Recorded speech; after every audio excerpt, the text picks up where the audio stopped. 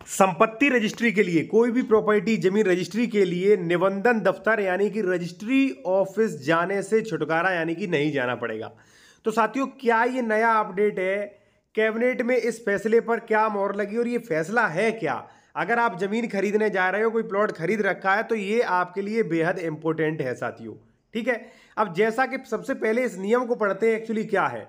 यहां पे आप देख सकते हो कि राज्य सरकार ने आवासीय विकास परिषद समेत विकास प्राधिकरणों की संपत्तियों की डिजिटल रजिस्ट्री कराने की सुविधा दे दी है। बहुत अच्छी बात है।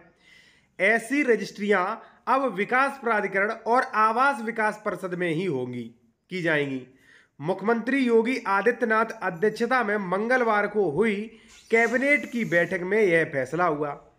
अब साथियों ये बताइए, अब इससे कहीं ना कहीं मुझे लगता है लोग बहुत परेशान होंगे, क्योंकि पहले तो लोगों को पता था कि रजिस्ट्री कहाँ करानी है, केवल रजिस्ट्री ऑफिस में पता था। अब उन्हें यह पता करना पड़ेगा भाई हमारी संपत्ति विकास प्राधिकरण में आ रही है या मान लीजिए विकास आवास विकास परिषद में रजिस्ट्री कराने जाऊं। अब वो तीन तीन दफ्तर के चक्कर काटेगा। एक सबसे बड़ी मैं आपको बात बता दूं, जैसा कि आपने देखा होगा साथियों कि उत्तर प्रदेश में या वहां पे राजस्थान हो, कई प्रदेशों में जो है बुलडोजर चल रहा है।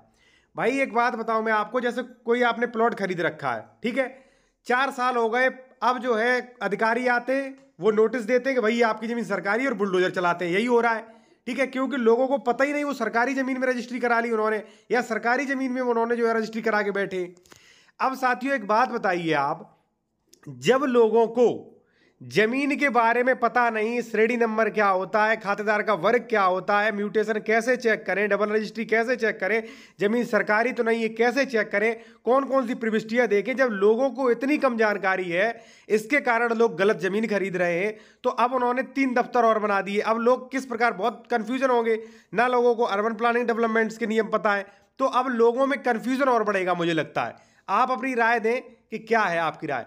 दूसरी बात साथियों, मैं आपसे कहूंगा कि जब आप कोई प्रॉपर्टी खरीदने जा रहे हैं तो कौन कौन से डॉक्यूमेंट चेक करें, या आप खरीद चुके हैं तो कैसे पता करें वो जमीन सरकारी तो नहीं, सही खरीद रखी है कि नहीं।